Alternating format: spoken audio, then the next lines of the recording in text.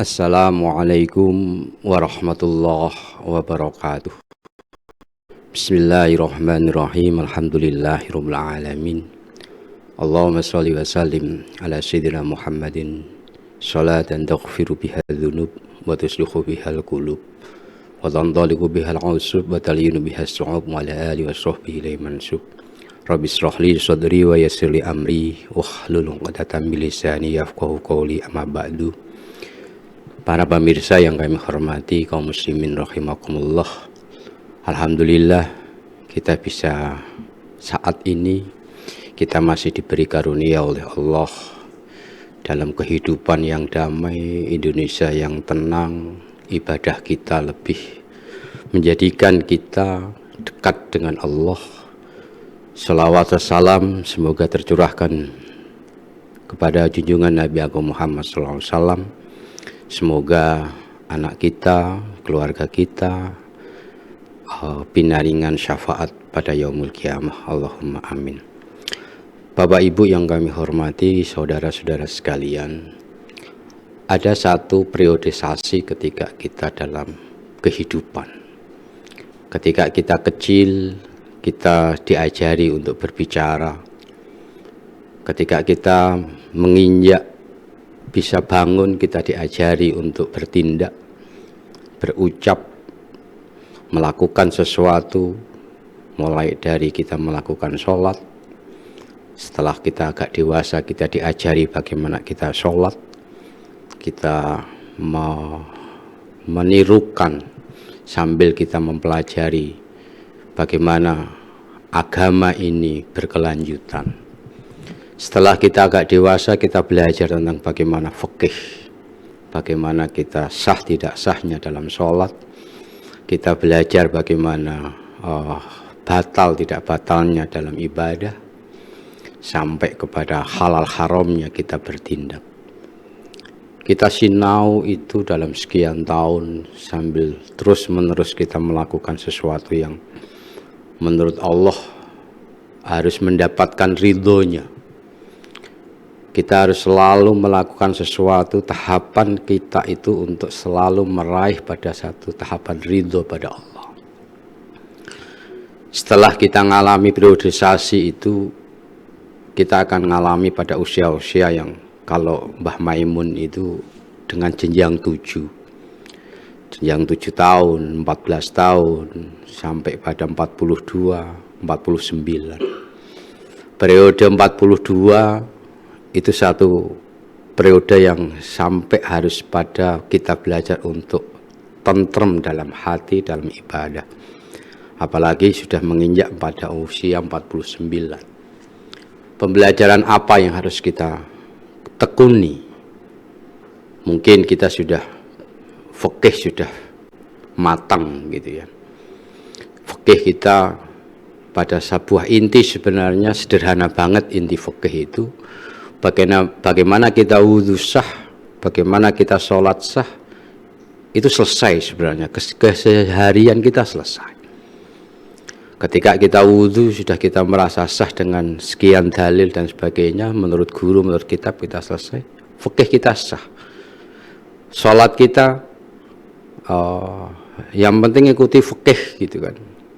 Nanti khusyuk tidak khusyuk itu, yang penting melakukan fikih gitu aja. Karena memang nggak ada standar khusyuk harus seperti apa, itu kan kangelan. Ya itu ajaran-ajaran wong awam itu begitu. Tapi ya memang penting gitu kan. Nah, tuwa itu apa? Saya ingin sampaikan begini. Ilmu tuwa itu setelah kita menjelang 49, kita itu kan sudah mendekati pada satu alam barzah gitu ya. Alam yang memang kita harus mengikuti itu, alam yang harus kita memang sampai kepada itu. Itulah kita setar kalau nggak telat gitu ya. Kita harus setar belajar untuk itu. Apa toh inti di alam barzah itu? Apa toh inti di dalam alam kubur itu? Penantian itu apa? Dalam alam itu adalah satu realisasi bahwa dekat dengan Allah akan dikasih nikmat, jauh dengan Allah akan dikasih siksa. Itu real, gitu kan. Sehingga ada kenikmatan dalam alam kubur, ada siksa di alam kubur. Kalau kita masih hidup ini kan Allah kasih sayangnya, maksiat nggak langsung disiksa gitu kan, sederhana aja. Tapi besok ketika kita ngalami alam barzah itu ya otomatis langsung gitu kan, nggak bisa kita punya Rahman Rahimnya Allah kecuali memang datang dalam yaumil kiamah ini, dalam alam ini. Nah, pada 40 menjelang 49 itu bagaimana kita belajar untuk alam berikutnya, alam yang memang itu harus kita alami. Dalam alam itu yang paling penting bukan bagaimana sesuatu hal, yang paling penting adalah dalam bahasa kita melihat cerita-cerita itu ya ilmu rasa, ilmu yang bagaimana misal ketika Nabi Isra Mi'raj ada satu peristiwa dipotong tangannya, belum selesai kembalikan lagi, potong lagi, kembalikan lagi. Itu bukan ilmu yang fisik, tapi itu merasa bahwa Allah itu melipat kalikan rasa sakitnya. Ketika ini belum selesai, Allah balas lagi kejelekannya dengan dipotong lagi, dipotong lagi. Itu rasa itu tingkat meningkat, belum selesai satu, tingkatkan lagi dan sebagainya. Itu rumah ilmu rasa.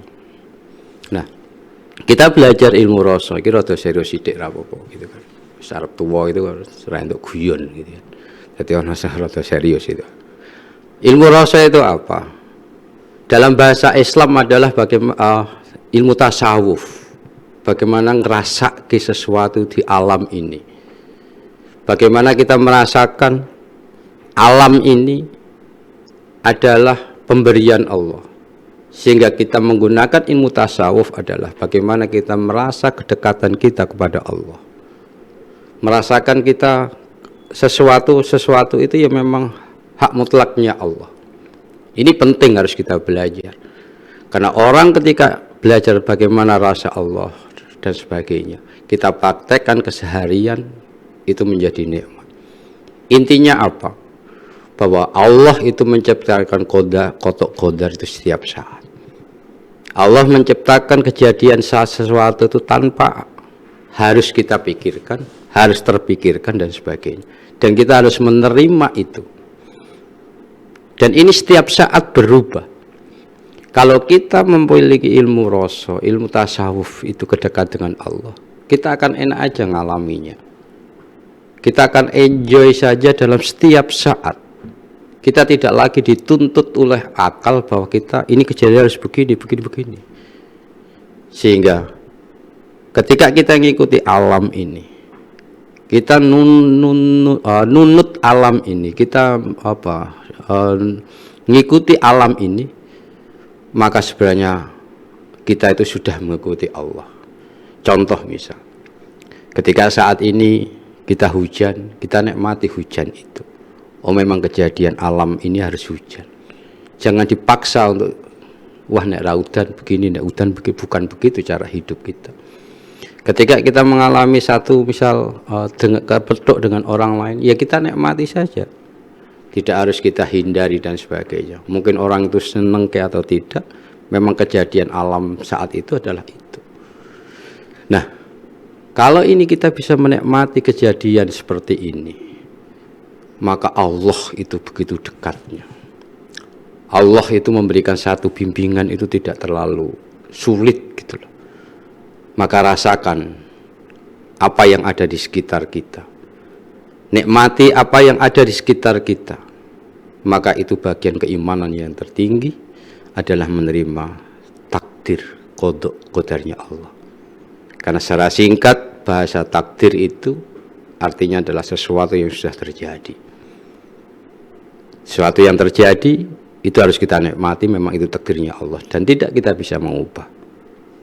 Maka nikmati takdir itu, kita akan menjadikan sesuatu kenikmatan yang luar biasa. Nah, Bapak Ibu yang kami hormati, setelah kita mengalami kenikmatan, kita menikmati alam ini, menikmati sesuatu alam ini, maka bayangan kita ning surga, terhindar dari neraka, itu sesuatu yang tidak sulit. Karena kita mengikuti alam ini, artinya kita mengikuti Allah yang punya alam. Kita tidak selalu menabrak kehendak Allah, maka besok di akhirat pun kita akan berlaku hal yang sama. Kita mengikuti apa yang dikehendaki oleh Allah.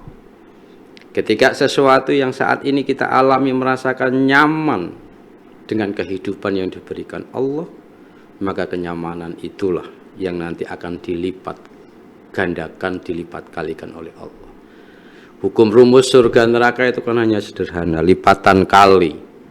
Seberapa kenikmatan alam ini akan dinikmatkan lipatan kali di alam akhirat nanti. Tersiksanya kita di alam ini, maka kita akan menjadikan tersiksanya di alam nanti. Makanya tidak ada rumus bahasa saiki rekoso saiki rapopo ning dunya seneng ning akhirat, enggak ada rumus. Rumusnya itu ya kudu seneng ning dunya, kudu seneng ning akhirat. Rekoso itu satu sifat mengeluh bahwa hidup yang diberikan Allah itu tidak nyenengke. Itu satu sudah tidak bisa diterima dalam bahasa akidah itu. Jadi saiki rekoso ora apa-apa. Rekoso itu orang yang tidak bisa menerima takdir itu. So nang akhirat tambah rekoso gitu. Makanya bahasa-bahasa itu ora usah sering digunakan karena itu tidak baik gitu. Bahasa yang digunakan apa? Yes, kita nikmati saja kehidupan dunia ini. Jangan mengatakan bahwa hidup ini angel, kata siapa? Lakukan saja. Nikmati saja hidup ini. Akan menjadikan satu kenikmatan-kenikmatan yang berkelanjutan dengan bahasa ayat itu. La in syakartum la azidannakum. Maka Bapak Ibu yang kami hormati, kenapa kita harus belajar? Sekali lagi, kenapa kita harus belajar ilmu tasawuf dalam bahasa Jawa Roso itu? Menikmati segala hal apa yang diberikan oleh Allah. Menikmati segala hal apa yang dikehendaki Allah. Agar kita hidup di dunia ini damai atas kehendak Allah. Bukan damai atas kehendak kita. Agar kita mengikuti proses alam ini dengan nikmatnya. Allah dawi sholat, ya sholat. Allah dawi zakat, ya zakat. Ini lakukan terus. Nikmati rasa itu, maka kita akan menjadikan satu yang hidup akan menjadi yang bahagia. Demikian, semoga akan yang menjadikan kemanfaatan dalam hidup kita.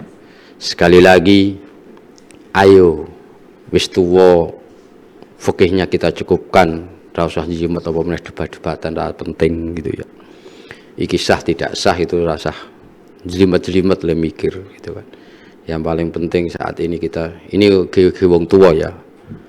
Nek sik enom ya monggo sinau fikihnya komplit. Sing tua itu saat ini bagaimana merasakan nikmatnya proses keseharian alam ini, dinikmati benar.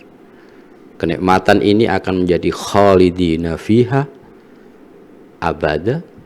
Ketika kita sengsara dalam dunia ini, rekoso rumangsa terus, maka kita neraka juga khalidina fiha. Semoga kita menjadikan orang-orang bahagia saat ini dan merasakan dapat ridho dari Allah Subhanahu wa taala. Akhirul kalam, banyak kesalahan minta maaf. Assalamualaikum warahmatullahi wabarakatuh.